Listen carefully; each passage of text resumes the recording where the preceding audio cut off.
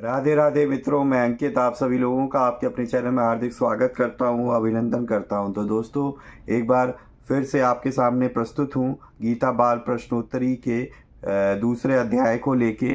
तो इस सीरीज़ में हम गीता बाल प्रश्नोत्तरी में गीता के हर एक अध्याय से जो जनरल प्रश्न उत्तर बन सकते हैं, जनरल क्वेश्चन आंसर, वो हम इस पुस्तक के माध्यम से देख रहे हैं। ठीक है, तो उसी क्रम में हमने जो है पहला अध्याय ऑलरेडी मैं आपको सुना चुका हूँ। तो अगर आपने नहीं देखा है तो आप ज़रूर उसे सुने और उसके बाद इसे कंटिन्यू करें, तब आपको ज़्यादा अच्छे से समझ में आएगा। ठीक है दोस्तों, तो चलिए बिना देर करते हुए शुरुआत करते हैं। एक बार प्रेम से बोल दी जय श्री गणेशाय नमः। द्वितीयो अध्याय। प्रथम प्रश्न, गीता जी के दूसरे अध्याय का क्या नाम है और इसमें कितने श्लोक हैं?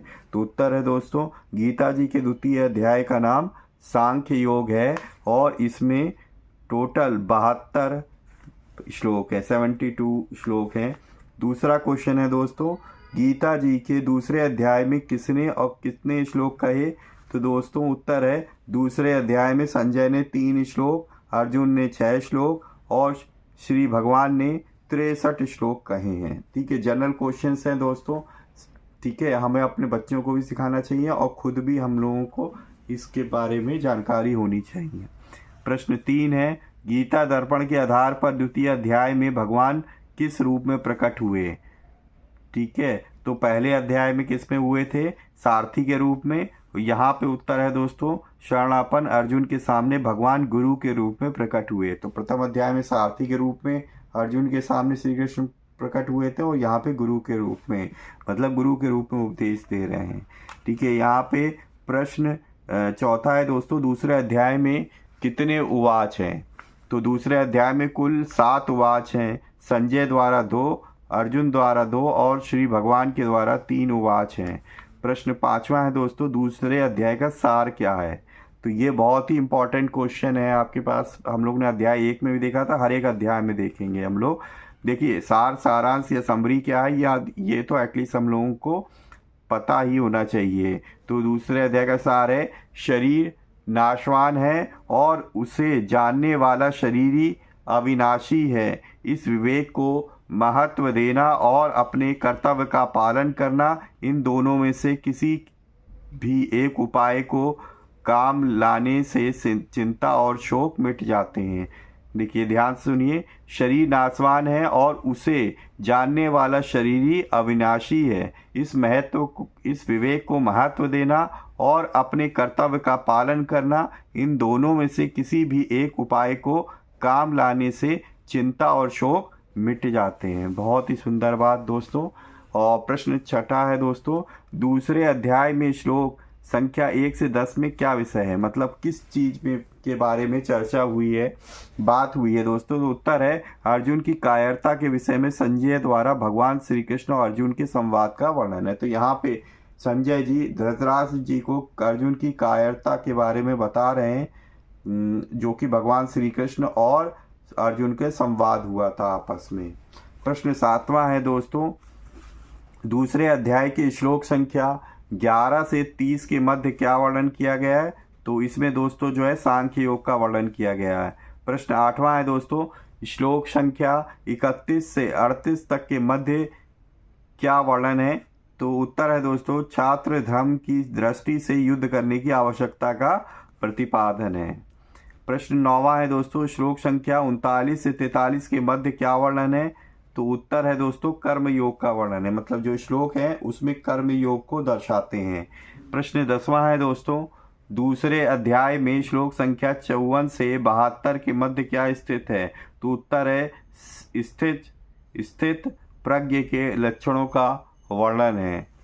प्रश्न 11वां है दोस्तों, दूसरे अध्याय के किस श्लोक में अर्जुन ने शरणागति स्वीकार करते हुए भगवान से कल्याणप्रद उपदेश हेतु प्रार्थना की है? तो ये बहुत ही महत्वपूर्ण प्रश्न है दोस्तों, कोई भी पूछ भी सकता है, आपको पता भी होना चाहिए कि दूसरे अध्याय के किस श्लोक में अर्जुन ने शरणागति स्वीकार करते हुए भगवान से कल्याणप्रद उपदेश हेतु प्रार्थना की। तो उत्तर है, दूसरे अध्याय के 7वें श्लोक में अर्जुन भगवान की शरण हुए और अपने कल्याण के लिए शिक्षा की प्रार्थना की। 12वां प्रश्न है दोस्तों, पंडित लोग किस चीज के लिए शोक नहीं करते? तो उत्तर है जिनके प्राण चले गए हैं, अर्थात जो मृत्यु को प्राप्त हो चुके हैं अथवा जो जीवित हैं जिनके प्राण नहीं गए हैं, पंडित लोग दोनों के लिए शोक नहीं करते।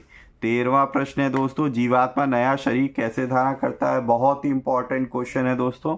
तो इस अध्याय में इसका उत्तर दिया है। उत्तर है दोस्तों, जैसे मनुष्य पुराने कपड़ों को उतारकर नए वस्त्र धारण करता है, उसी प्रकार जीवात्मा अपने पुराने शरीर को त्याग कर दूसरे नए शरीर को प्राप्त कर लेता है। प्रश्न 14वां है दोस्तों, आत्मा की विशेषता क्या है? उत्तर है आत्मा को शस्त्र काट नहीं सकते, इसको आग नहीं जला सकती, इसको जल गीला नहीं कर सकता और वायु इसको सुखा नहीं सकता है। यह आत्मा अच्छेद्य है और नित्य, सर्वव्यापी, अचल, स्थिर रहने वाला तथा सनातन है। प्रश्न 15वां है, जीवन में क्या चीज निश्चित है? उत्तर है जन्म हुए की मृत्यु निश्चित है। जी हाँ दोस्तों, अगर आपका जन्म हुआ है तो आपकी मृत्यु होना अनिवार्य है। जितने बड़े से बड़ा राक्षस हो गया, जितना बड़े से बड़ा उसने अमरता के लिए वरदान ले लिया राक्षस ने, उसकी भी मृत्यु हुई है।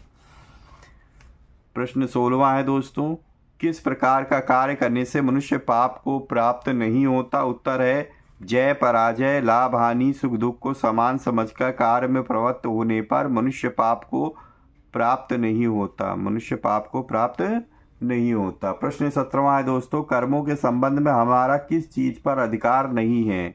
तो उत्तर है, ये बहुत ही बढ़िया प्रश्न है, कर्मों के संबंध में हमारा किस चीज पर अधिकार नहीं है?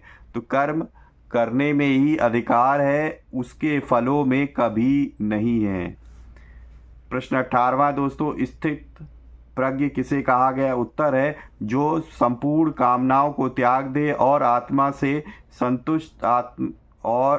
से आत्मा में संतुष्ट रहे, इसे स्थित प्रज्ञ कहा गया है। ठीक है, तो जो मनुष्यों ने अपनी हर एक कामनाओं को, इच्छाओं को त्याग दिया है और वो हमेशा संतुष्ट रहता है, उसे संतुष्टि मिल गई है, उसे कोई फर्क नहीं पड़ता कोई चीज़ आ रही है, कोई चीज़ जा रही है, कोई आ रहा है, कोई जा रहा है, क्या चीज़ है उसके पास, क्या नहीं है। ठीक है, उसे किसी चीज़ से लगाव नहीं है, वो सिर्फ प्रभु भक्ति में ही लीन रहता है, मीन्स उसको स्थित प्रज्ञ कहा जाता है। प्रश्न 19 है दोस्तों, मनुष्य अपनी स्थिति से गिर जाता है, उसका मुख्य कारण कौन सा है? तो उत्तर है दोस्तों विषयों का चिंतन कर उन विषयों में आसक्ति होना, तदुपरांत आसक्ति में विषयों में कामना उत्पन्न होना, यह अपनी स्थिति से गिरने का मुख्य कारण है। मनुष्य अपनी स्थिति से गिर जाता है, उसका मुख्य कारण क्या है? विषयों का चिंतन कर उन विषयों में आसक्ति होना, तदुपरांत आसक्ति से विषयों में कामना उत्पन्न होना, यह अपनी स्थिति से गिरने का मुख्य कारण है।